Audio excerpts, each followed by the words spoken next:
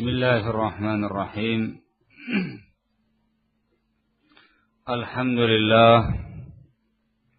Wassalatu wassalamu ala Rasulillah wa ala alihi wa sahbihi wa mawala ma ba'd. Khanafitina azakumullah. Ini banyak pertanyaan di meja ini. Nampaknya tidak semua bisa kita jawab. Jadi mohon maaf sebelumnya apabila ada pertanyaan-pertanyaan yang tidak terjawab.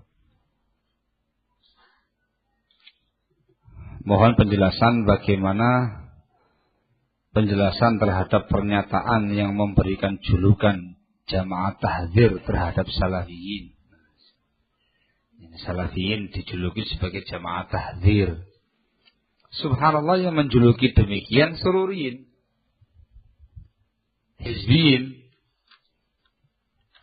baik yang panser tua, panser setengah tua, panser muda, panser lama.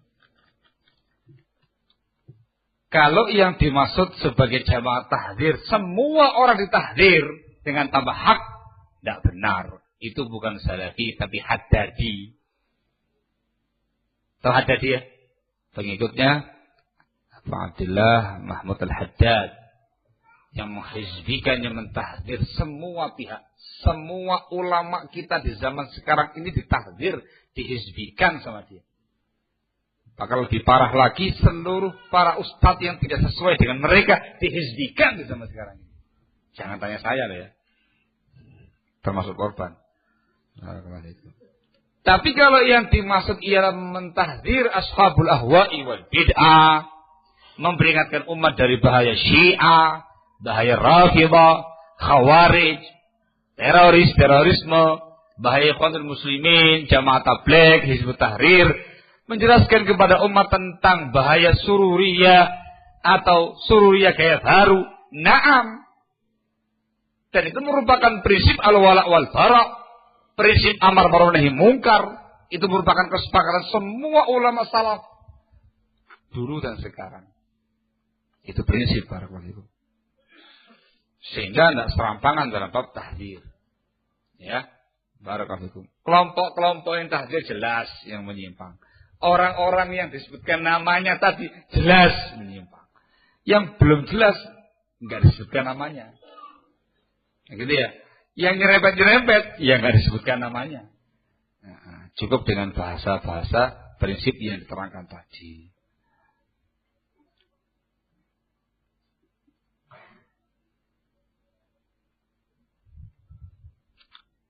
Bolehkah kita menghadiri majelis Ja'far Umar Thalib? Ya, dengan apa yang diterangkan tadi ya tidak boleh. Inna hadzal ilma din fanzuru amman ta'khuduna dinakum. Sesungguhnya ilmu ini adalah agama. Maka lihatlah dari siapa kamu mengambil ilmu agama ini. Jangan jadi kelinci percobaan. Nanti kalau kamu sesat masuk neraka baru ya Allah, dulu coba enggak talim sama dia. Khawatirnya kan begitu. Bukan berarti talim sama dia pasti neraka tempatnya. Enggak. Nah, yang namanya penyimpangan adalah pintu menuju kepada neraka. Hati-hati. Ini pembahasan din, bukan pembahasan duniawi. Urusannya agama ya ikhwan. Selektif dalam mencari guru, selektif dalam mencari ustaz. Jangan melihat orasinya. Jangan melihat kepandaian dia mengolah bahasa. Jangan melihat usia yang sudah mulai menginjak tua. Yang dilihat itu manhajnya, akidahnya, istiqomahnya. Gitu. Tolong sebutkan nama-nama tokoh-tokoh new suruh di Indonesia. Tadi sebutkan sebagiannya. Tanya lagi. Nggak usah banyak-banyak. Cukup satu orang kan tahu linknya dia, selesai. Tadi sudah kan? Tadi sudah kan? Nah iya, masa lupa rek? Sudah tadi sebagiannya. Linknya satu ya.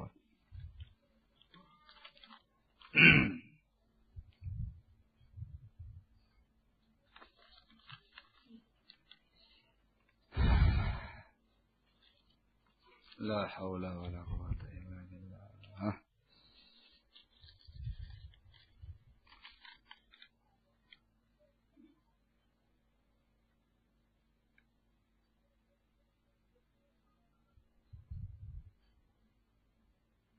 apakah boleh salafiyin mengikuti pendapat yang mengatakan bahwa orang-orang yang dikenal sebagai duat sururiyin sebagai salafi goncang? Maksud ada salafi goncang, salafi tenang gitu ya. Ini adalah istilah-istilah yang tidak ada ya. Ketika dibahas salafi goncang, goncangnya karena apa? Goncangnya karena apa? Contoh goncangnya itu sebetulnya kayak apa? Kan gitu. Oh, Ustaz, goncangnya itu dikarenakan dia jadi seorang sururi. Ya bukan namanya salafi, ya sururi. Oh, dia goncang dikarenakan nyebrang kepada Ikhwanul Muflisin jadi M gitu. Ya bukan namanya salafi, ya namanya ikhwani. Salafi cuma satu, tidak ada bahasa goncang, nggak ada bahasa tegak, nggak ada bahasa tenang. Salafi.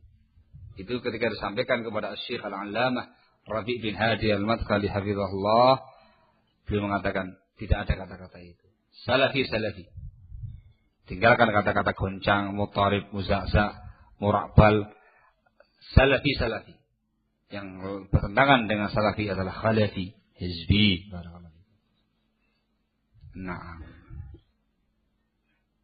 Dan itu subhanallah oleh sebagian pihak digunakan untuk mensikapi orang semacam Desi Jawas atau lagi Magdad gitu ya. Siapa dia? Salafi tapi goncang. Salafi tapi goncang. Jadi belum mantap dia sururi, belum mantap dia hizbi. Salafi tapi goncang. Allah musta'an. Ujung-ujungnya ya, kata-kata goncang dihilangkan. Salafi dan terucap sudah salafi. Tadi itu ada yang mengatakan Desi Jawa salafi, Batu Salam salafi. Itu dikarenakan awalnya tadi itu ada yang embel-embel goncang, ada yang embel segala macam. Lama-lama hilang goncangnya, jadi salafi tok akhirnya ya, Pak. Allah musta'an. Bahaya ya, Pak. Hati-hati. Salafi. Tidak ada istilah salafi jihadi. Tidak ada. Salafi haroki itu tidak ada. Salafi Yamani itu tidak ada. Salafi Madani itu tidak ada. Salafi. Barakallahu. Sampaikan baik-baik. Ketika ada sesuatu yang di embel-embel yang diletakkan di belakang salafi, mesti nggak beres. Saya paham yang ada maksudnya. Salafi jihadi, ujung-ujungnya nggak beres. Jihadinya, salafinya hilang. Salafi haroki, salafinya hilang. Barakallahu. Indabihu.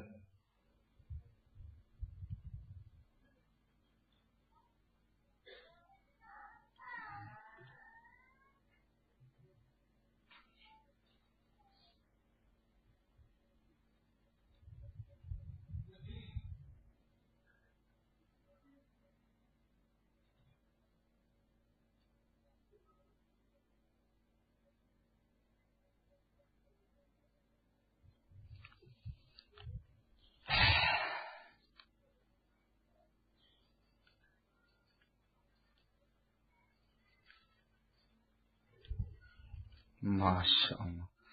Bisa nggak lagi pertanyaannya.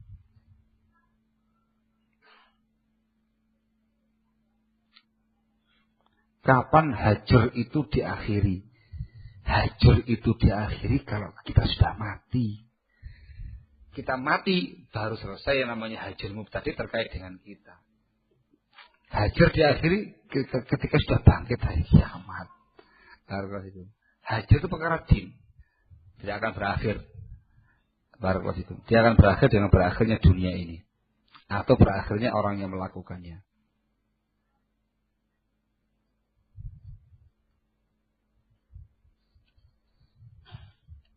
Apa hukum belajar ilmu kalam? Dan bagaimana sikap dengan ustadz yang mengajarkan ilmu kalam? Ilmu kalam apa? Kalau ilmu kalam nahwu. Dan ilmu kalam filsafat tidak boleh ya Pak. Kalam atau ilmu filsafat dan semisalnya itu merupakan ilmu yang sangat dikecam oleh para ulama Islam. La yajuz, dan juga tidak boleh belajar kepada ustadz yang semacam itu. Apa hukumnya bermuamalah dengan bank untuk membebaskan tanah pondok? Allahul musta'an. Tidak barokah ya kawan. Bank itu lembaga ribawi. Bank adalah riba. Riba adalah bank. Entah itu bank konvensional atau bank syariah. Sampai sekarang ini belum ada bank syariah yang sesuai dengan syariah. Justru yang ada lebih parah daripada bank konvensional. Ketika ada sebuah pondok pesantren yang berkaitan dengan pihak bank, tidak ada barokahnya. Hati-hati. Yamhullahu riba. Yamhullahu riba wa yurbis sadaqah. Allah akan mensirnakan yang namanya riba dan menumbuh kembangkan yang namanya sedekah. Hati-hati.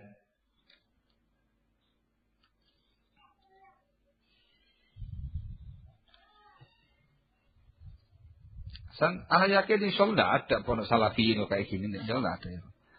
Salafiyin, masya Allah, mutawadhiin, mereka orang yang zuhud, mereka yang betul-betul mengedepankan kehalalan dan kebarokahan. Barakallahu fikum.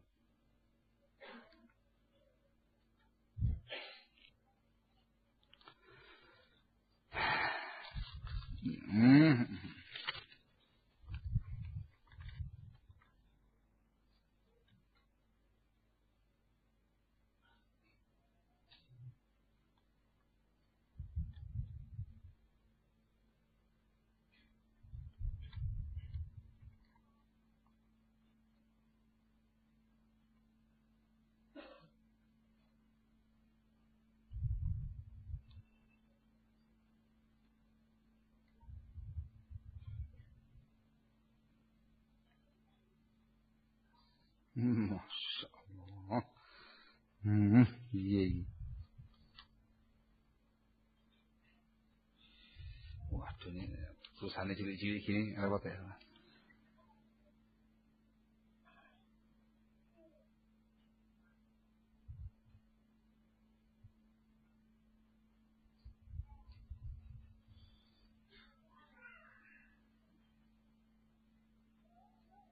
Wah. Iki piye iki? Diwaca apa ora iki? Baca enggak? Dibaca enggak? Deni ya.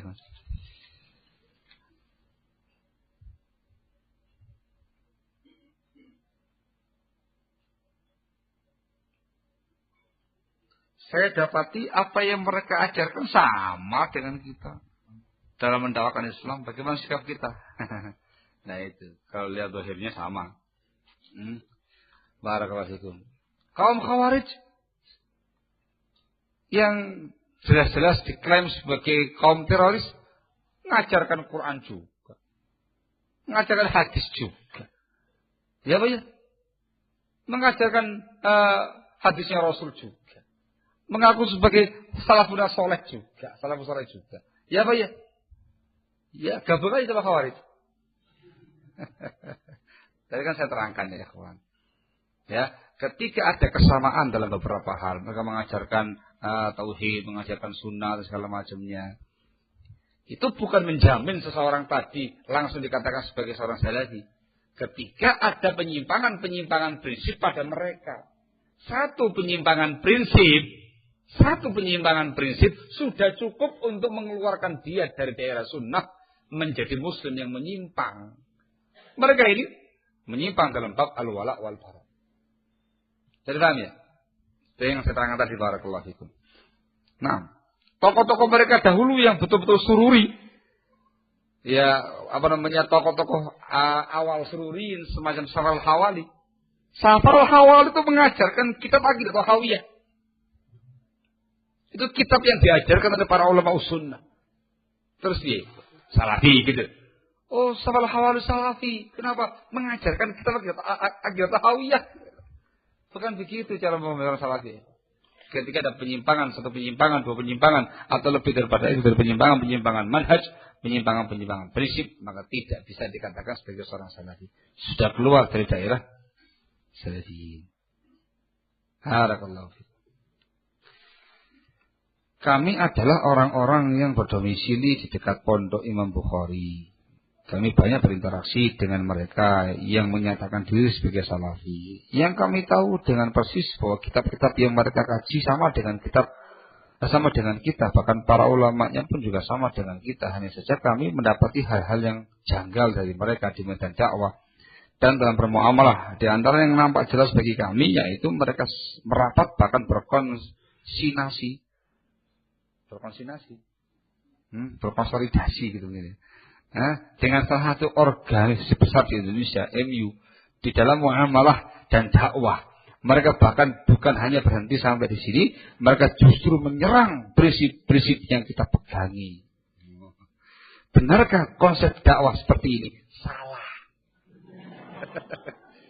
Dan satu kesalahan ini cukup untuk membuat mereka keluar dari daerah sunnah menuju daerah penyimpangan. Muslim tapi menyimpang. Dikatakan sebagai hizbi. Tidak mungkin seorang sunni, seorang salafi kerjasama dakwah, merapat dakwah dengan ormas-ormas hizbiyah. Tidak mungkin. Barakallahu. Yang tadi saya katakan mereka hancur dalam prinsip al-wala' wal bara'. Mereka begitu mesra dengan ormas tadi. Mesra, merapatkan barisan, konsolidasi, koordinasi, konsilasi.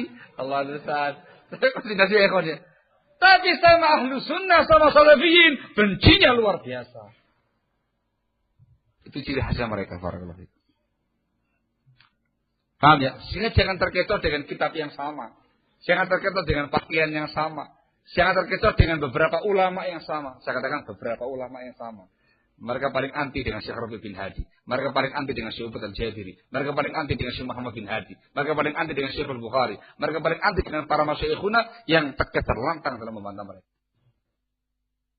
Beberapa ulama iya. Syekh bin Baz, Syekh bin Utsaimin, Syekh Al-Albani, Syekh bin Muslim al-Abbad, segala macam. Nah, yang lain tidak. Salah. Dan ini termasuk linknya Sururi, pasar tua. Barakallahu fikum.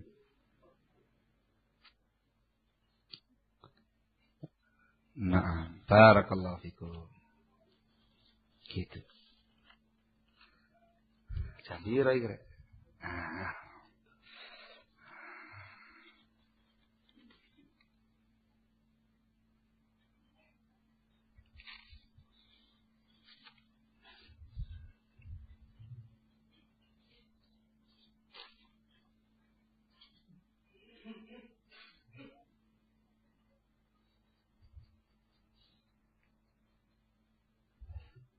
Jika dibilang menyimpang satu prinsip saja telah keluar dari ahlu sunnah, apa mungkin ada generasi yang mampu setelah generasi sahabat? Iya mampu. Mampu. Tapi jangan dibayangkan kadar imannya sebagaimana mereka, kadar ilmunya sebagaimana mereka, kadar segala-galanya sama dengan mereka. Tidak. Generasi yang setelahnya adalah generasi yang meniti salaka maslakahum, meniti jejak langkahnya para sahabat dalam semua hal. Dalam semua hal, terutama dalam perkara-perkara prinsip-prinsip dasar akidah Islam, akidah harus sunnah. Ketika anda memahaminya dengan pemahaman yang benar secara global, anda seorang sunnah. Tapi ketika anda sudah memunculkan satu penyimpangan prinsip dari prinsip yang sangat mendasar, itu tentunya setelah nasihati dan segala macamnya, itu mengeluarkan seseorang dari daerah sunnah kepada daerah penyimpangan. Barakallahu fikum. Mampu. Para masyayikhna, para ahlu sunnah, salafiyin sekarang ini mampu. Barakallahu fikum. Yang kita bahas sekarang ketika dia memunculkan sebuah penyimpangan. Penyimpangan apa itu? Kalau penyimpangan prinsip, penyimpangan akidah, maka itu yang membahayakan. Bisa mengeluarkan orang dari daerah sunnah kepada daerah penyimpangan. Ada ikhwan salafi. Bahkan dia memahami kitab dan menyampaikan ilmu. Dia pernah mengurusi pondoknya salafi. Tapi beliau menyampaikan kekurangan-kekurangan pondok-pondok salafi. Bahkan tidak menyekolahkan anaknya di pondok yang bermanya salaf. Tapi disekolahkan di SD-SD umum. Ini kebablasan ini. Alhamdulillah. Ya ikhwan, manusia pasti banyak kekurangan. Manusia pasti banyak kekhilafan. Antum jangan bayangkan ketika masuk ke pondok-pondok ahlu sunnah, pondok salafiyin, mereka para malaikat-malaikat suci. Yang tidak pernah ada kekurangannya, tidak ada salahnya, tidak ada celahnya. Manusia, tempatnya salah, lupa, kekurangan, segala macamnya. Biasa. Selama itu bukan kekurangan-kekurangan prinsip, kekurangan manhaj, dimaklumi. Ada tahun, saling menasihati, saling menegur, saling memahami, saling mengisi. Tidak bisa kamu jadikan sebagai alasan untuk kemudian kamu masukkan anak kamu ke sekolah-sekolah ikhtilat, sekolah-sekolah yang nggak beres macam itu. Nauzubillah min dzalik. Ini merupakan penyimpangan ya, akhi barakallahu fikum. Nah ini pertanyaannya, apakah boleh kita mengambil ilmu lagi dari dia? Masya Allah. Sekali lagi, belajar ilmu agama itu kepada orang-orang yang benar. Harus selektif dalam mencari ilmu agama. Inna hadzal ilma din, fanzuru amman ta'khuduna dinakum. Jangan mengambil ilmu dari al-mashbuhin.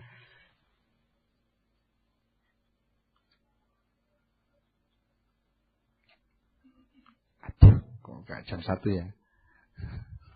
Kurang 4 menit ya.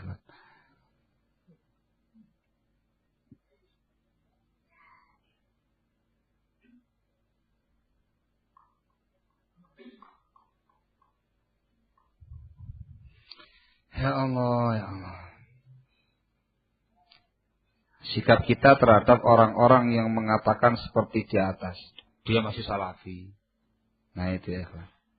Ini yang dikatakan tadi fenomena baru. Adanya pergeseran manhaj yang harus diwaspadai. Ada faedah penting yang mungkin bisa disampaikan pada kesempatan majlis kali ini. Ya, terkait dengan yang terakhir yang kita sampaikan tadi, adanya pergeseran manhaj pada abna'us salafiyin. Bukan salafi becal ya. Disaring-saring, bikin masalah dulu baru mau loncat gitu ya. Ada faedah pentingnya. Mudah-mudahan bermanfaat dan mudah-mudahan bisa ditempatkan dengan semestinya. Tahun 2011, ketika saya haji, masih di Madinah, kita sempat bertemu di kontrakan Syekh Abdullah bin Mar'i Al-Adani. Beliau sama keluarganya, sama anaknya di kontrak di Madinah. Ketemu Salah Sekari, Ustaz Khadim, anak sendiri, Syekh Abdullah Mar'i, Syekh Muhammad bin Ghalib. Hanya berlima di ruang tamu itu. Kita bincang masalah Indonesia ini. Semua panjang. Ya masalah itulah. Abna'us salafiyin tadi. Barakallahu fikum. Ketika itu Syekh Muhammad bin Ghalib menyampaikan sebuah statement pernyataan yang terus lengket di kepala saya. Karena saya cermati betul-betul beliau jeli dalam memahami permasalahan. Beliau mengatakan rata-rata yang mengalami pergeseran manhaj tadi. Ada yang loncat, arogan, ada yang mau loncat, ada yang bikin ulah dulu baru mau loncat dan segala macamnya ya. Itu satu dari dua orang. Satu dari dua orang. Yang pertama ialah seseorang yang memang pada masa lalunya memiliki kerusakan-kerusakan manhaj yang belum diservis. Yang tadi saya bahasakan dulunya konslet, belum diservis dengan baik. Kambuh. Dia memiliki pemahaman-pemahaman menyimpang pada masa lalu yang belum dia habiskan, yang belum dia kikis, yang belum dia bersihkan. Kambuh lagi ketika ada momen tertentu yang klop sama dengan apa yang dia yakini selama ini. Yang belum sembuh tadi itu. Kambuhan. Yang kedua kata beliau, dikarenakan dia mengalami masalah clash, masalah pribadi yang membuat dia kemudian lompat. Yang penting bertentangan dengan orang yang dia nggak suka tadi. Yang penting bukan fulan. Dan dia siap untuk lompat pagar. Dia siap untuk berseberangan. Dia siap untuk menyeberang ke sebelah. Dalam rangka untuk menyelisih fulan tadi. Ini dua kata beliau. Satu dari dua orang ini. Resapi baik-baik. Resapi baik-baik. Antum akan menemui dua poin tadi. Kalau boleh saya tambahkan poin yang ketiga. Maslahat duniawi. Maslahat duniawi. Ujung-ujungnya duit. Ini yang ketiga ya, Pak. Ya, ujung-ujungnya duit. Ya, merasa di kalangan Ahlus Sunnah, di kalangan Salafiyin, garing, kering kerontang, ya, anaknya sakit, sudah banyak anaknya, suruh ngajar terus, nggak ada yang ngurusi, dan segala macamnya. Sudah buka usaha dan segala macam, nggak ada yang respon. Jualan apa, nggak ada yang mau beli. Garing kering kerontang. Nyebrang ke mereka, wah segar tenang. Lah ini baru mantap. Gitu. Akhirnya nyebrang. Wah subhanallah, dengan tanpa malu dia menampilkan semacam itu. Terkait dengan urusan maslahat duniawiyah. Ima pertama, ima kedua, kalau boleh saya tambahkan ada lagi yang ketiga. Hati-hati barakallahu fikum, adanya fenomena-fenomena baru yang semacam ini. Sekarang sudah mulai ada pergeseran ke arah sana. Sekali lagi, gesernya bukan ke arah haddadiyin, bukan ke arah tablighiyin, bukan ke arah khawarij, tapi pergeserannya ke arah sururiyin. Yang dikatakan sururi, gaya baru, terkini. Barakallahu fikum. Gitu ya, waspadai barakallahu fikum, dan jangan sampai menjadi korban yang ada semacam ini. Wallahu a'lam bishawab. Waalaikumsalam.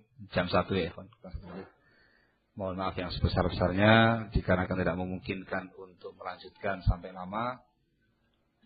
Nah, walhamdulillah bisa singgah di kota Solo ini.